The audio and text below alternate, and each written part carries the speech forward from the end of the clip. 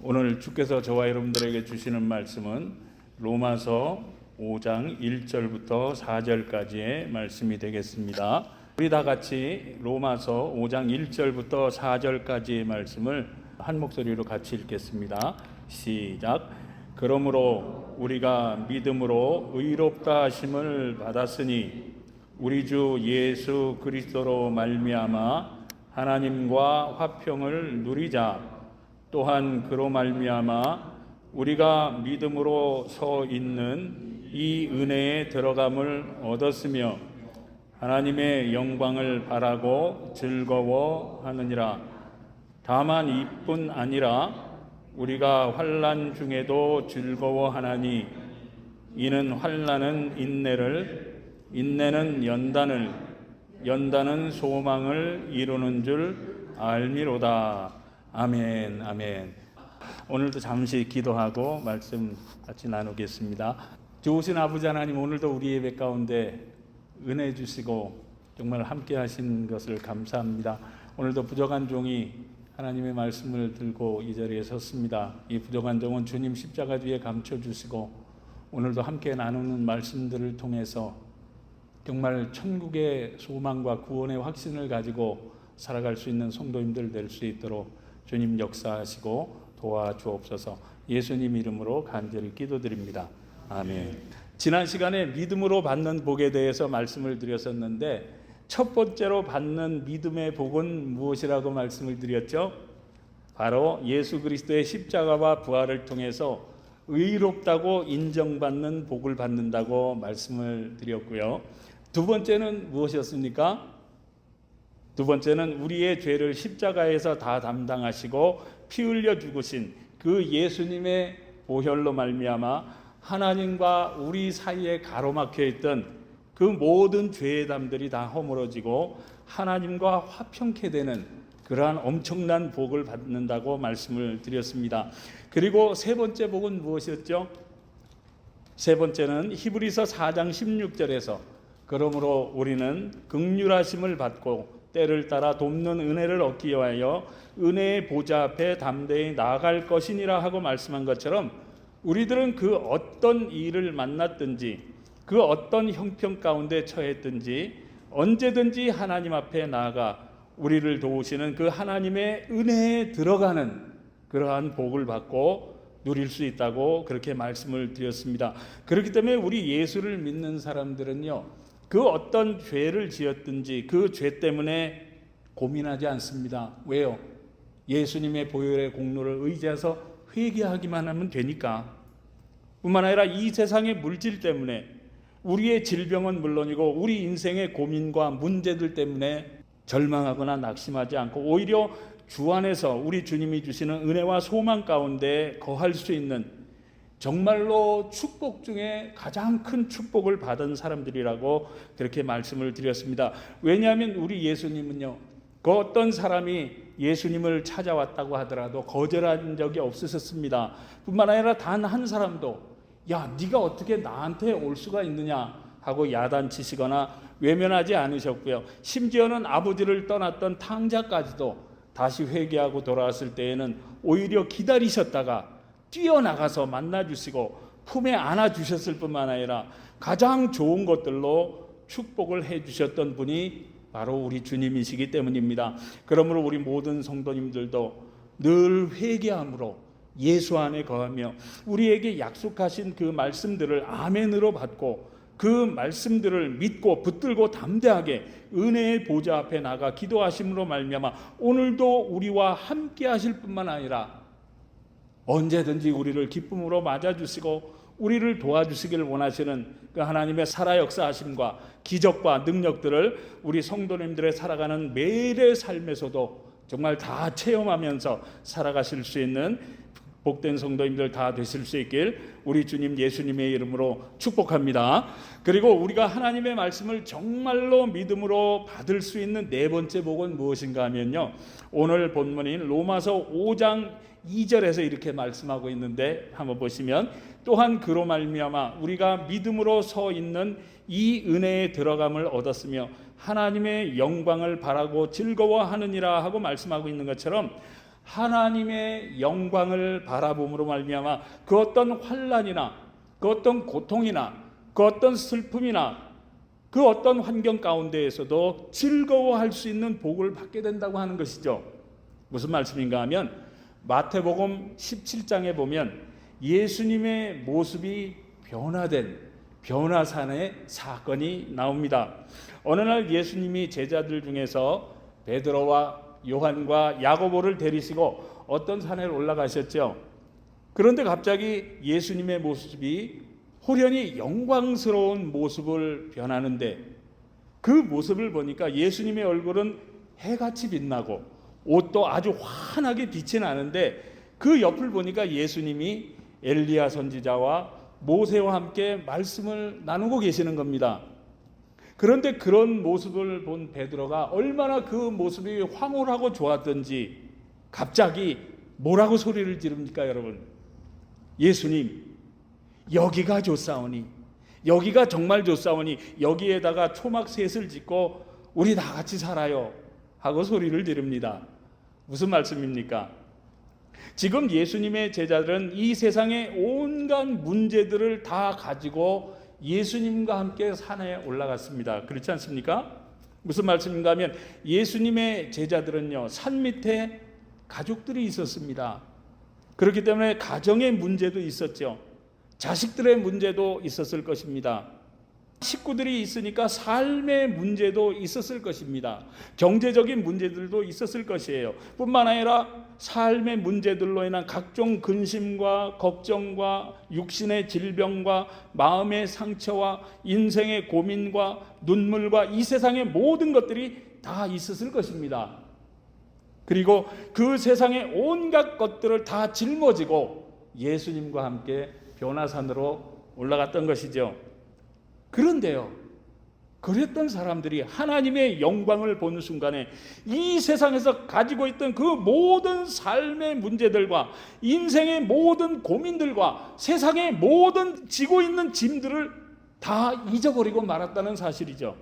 무슨 말씀인가 하면 이처럼 하나님의 영광을 보고 천국의 소망을 가진 사람들은요, 이 세상의 그 어떤 것들도 문제가 되지 않는다는 겁니다.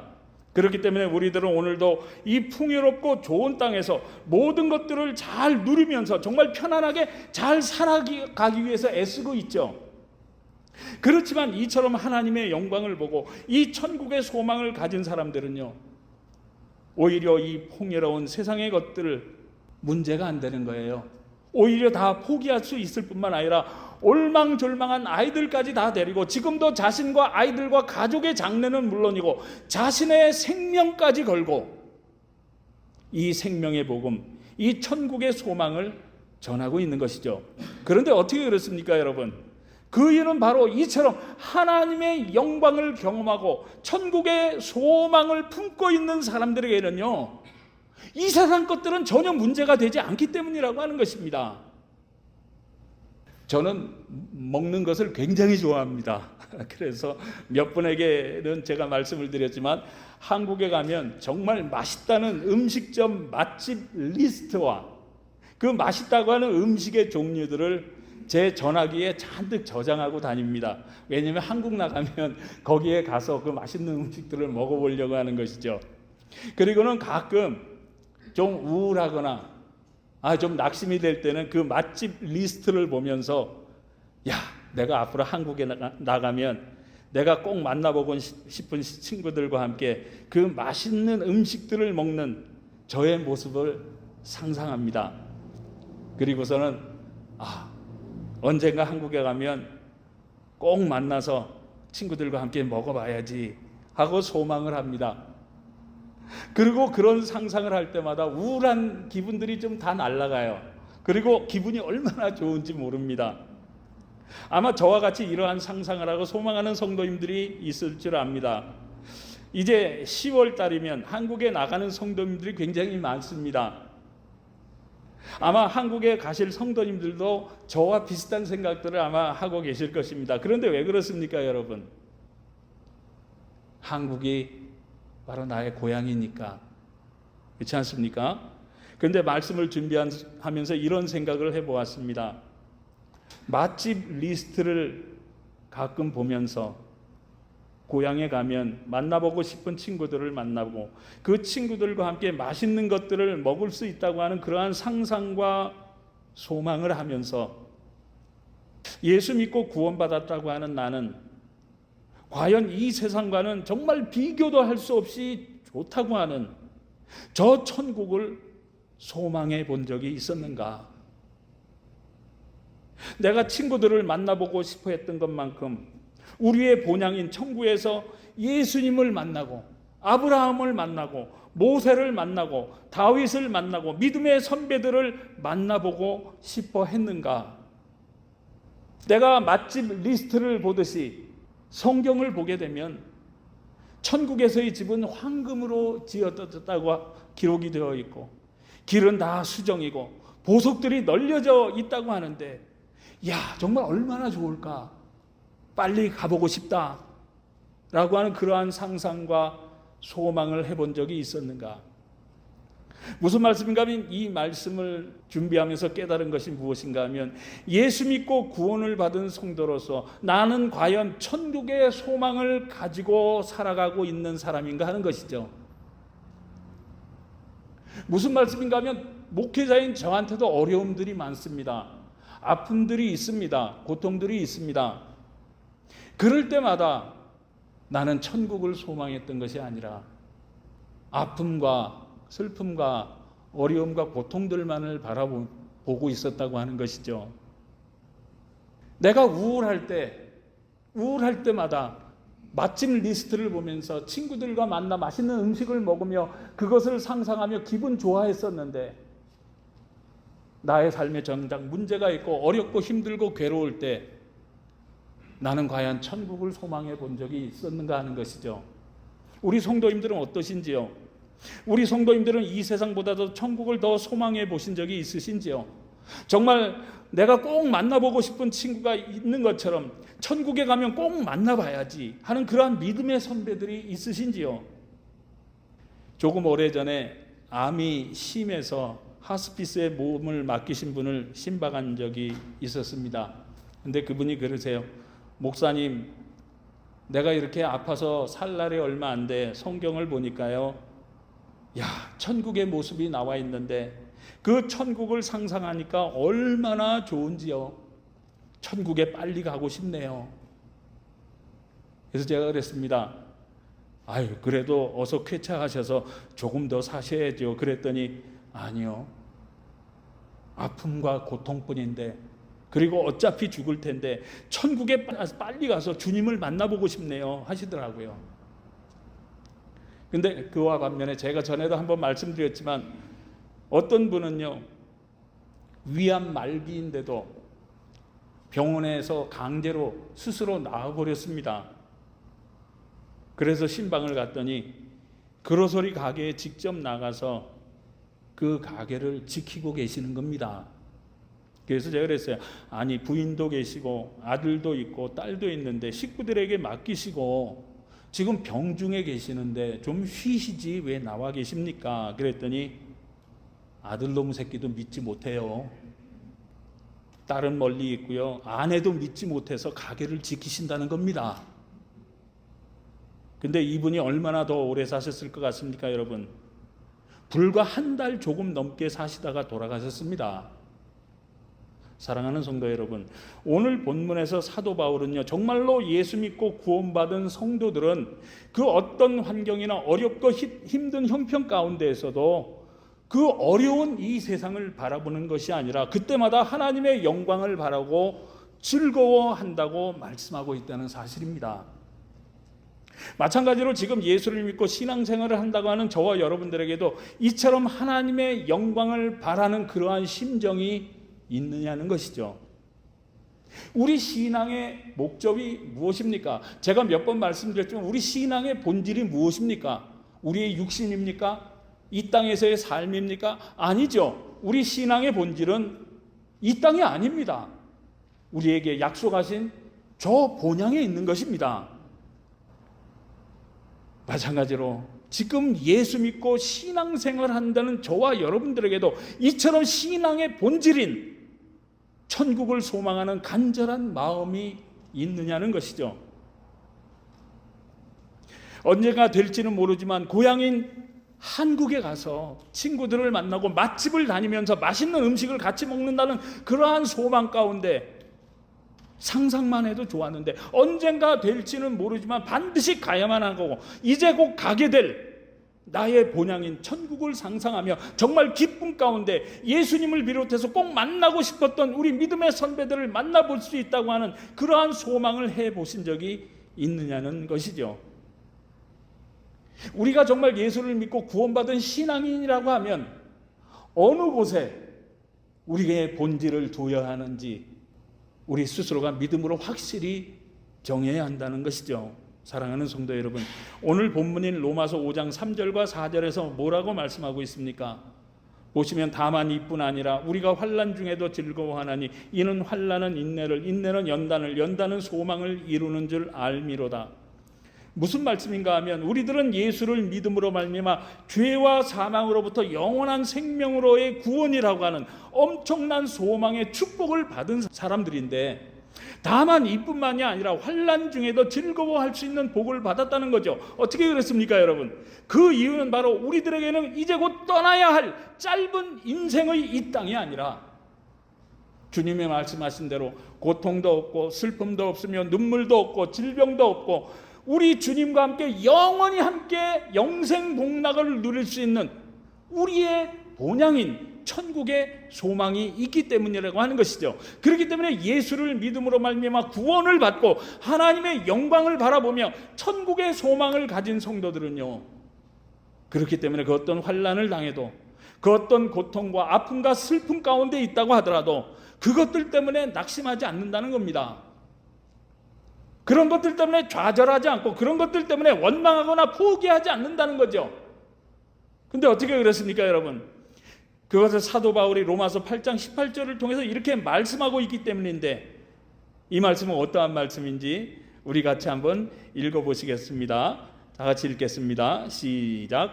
생각하건대 현재의 고난은 장차 우리에게 나타날 영광과 비교할 수 없도다. 아멘. 믿으시면 한번 아멘 하십시다. 아멘. 정말로 믿게 되시길 주님의 이름으로 축원합니다, 여러분. 그런데 사도 바울이 왜 이러한 믿음의 고백을 하고 있는 것이겠습니까, 여러분? 그 이유는 바로 고린도후서 1장 8절에서 형제들아, 우리가 아시아에서 당한 환난을 너희가 모르기를 원하지 아니하노니 힘에 겹도록 심한 고난을 당하여 살 소망까지 끊어졌노라. 무슨 말씀입니까, 여러분? 예수를 믿고 복음을 전하고 있지만 지금 나의 현실 가운데서 당하고 있는 환난과 핍박과 정말 심각한 육신의 질병으로 인한 고통까지 당하고 있는 나의 현실을 보니까 차라리 죽어버리는 것이 더 낫겠다는 거죠. 그렇지만 그 하나님의 영광과 천국의 소망을 직접 보았던, 체험했던 사도 바울은요, 그럼에도 불구하고 지금 내가 당하고 있는 이러한 환난과 고난은 차라리 정말 죽고 싶을 정도로 괴롭고 힘들지만 장차 나에게 주어질 하늘의 영광과 천국의 소망은 거기에다가 비교하면, 거기에다 대하면 지금 내가 당하고 있는 그 모든 것들과는 조금 더 감히 비교조차 할 수 없다는 거죠. 무슨 말씀입니까, 여러분? 이처럼 그 어떤 환경 가운데에서도 천국의 소망을 품고 사는 것이 바로 예수를 믿는 믿음이라고 말씀하고 있는 것입니다. 이것이 바로 우리의 신앙인 줄 믿게 되시길 바랍니다. 그렇기 때문에 정말 저와 여러분들이 예수를 믿는 신앙인들이 맞다고 하면 반드시 이러한 천국의 소망과 믿음을 가지고 살아야 하는 줄 믿게 되시길 바랍니다, 여러분. 왜냐하면 시편 90편 10절에서 우리의 연수가 70이요 강건하면 80이라도 그 연수의 자랑은 수고와 슬픔뿐이요 신속히 가니 우리가 날아가나이다 하고 고백을 했던 모세처럼 저와 여러분들의 인생이라고 하는 것은요, 강건하고 길어야 80이라는 겁니다. 그렇지만 지금은 100세의 시대라고 그러죠.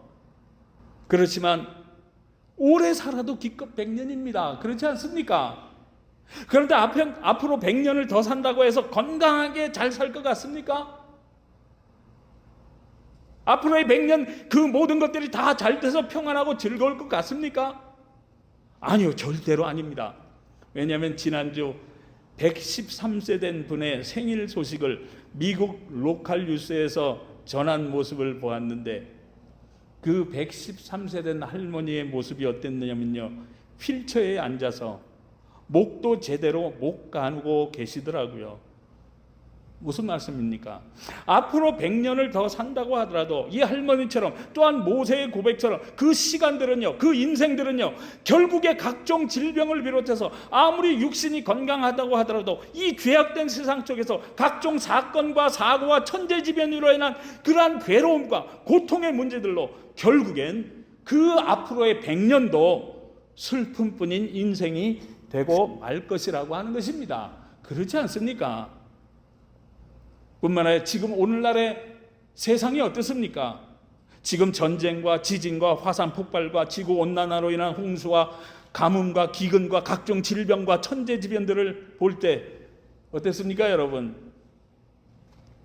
믿지 않는 사람들도 야, 이제 말세다, 이 지구 망할 날이 다 됐네 하고 이야기를 하고 있듯이, 이제 곧 심판주이신 예수님이 이 땅에 오실 것입니다. 뿐만 아니라 이 세상을 심판하실 것입니다. 그때가 멀지 않았다고 저는 믿습니다. 이제 때가 다 되었습니다. 그리고 우리의 심판주이신 예수님이 이 땅에 오시면 저와 여러분들은 다 공중 재림 가운데 들림 받으면 이 땅에서의 그 모든 고통과 아픔과 슬픔들은 다 끝나버리게 되기 때문인 것입니다. 그러므로 지금의 현실은 비록 힘들고 고통스럽고 눈물이 난다고 하더라도 우리 믿는 자들에게는 우리의 현실과는 절대로 비교할 수 없는 영원한 하늘의 영광과 천국의 소망이 저와 여러분들에게 분명하게 주어진 줄 믿으시고요, 믿음으로 인내하며 늘 소망 가운데 살아가실 수 있는 믿음의 성도님들, 인내의 성도님들 다 되실 수 있길 우리 주님 예수님의 이름으로 축복합니다. 여러분, 축복합니다. 여러분. 그렇기 때문에 이 소망을 가진 사람들이, 이 소망을 본 사람들이 이 귀한 것 좀 전하고 싶어서 오늘도 이 풍요로운 것들은 물론이고요, 자기의 생명까지도 귀한 것으로 여기지 않고 오늘도 이 생명의 복음을 전하고 있는 것입니다. 저희 식구 얘기를 전해드려서 죄송합니다. 저희 작은아버님 딸내미가 있어요. 딸내미가 있는데, 그러니까 제 사촌이죠. 보스턴 여대를 나와서 저 백악관에서도 일했던 인재입니다. 그 남편도 스탠포드를 나와서 연봉이 20만 불이나 되는 직장을 가진 사람이에요. 그래서 결혼을 했습니다. 얼마나 풍요롭게 잘 살 수 있겠습니까? 그렇지 않습니까? 그런데 캄보디아로 단기 선교를 부부가 같이 갔다 와서는 둘이 앞에서 연봉이 근 40만 불이나 되는데 다 때려치고 캄보디아 선교사로 갔어요. 그것이 벌써 15년 전입니다. 15년 전에 부부가 40만 불 벌으면 그거 굉장한 거 아닙니까? 미국 땅에서. 캄보디아 가서 무슨 선교를 하냐면 둘이 다 영어 학원 선생을 합니다. 그런데 한 달에 받는 월급이 45불이래요. 거기 공무원 월급이 40불이랍니다.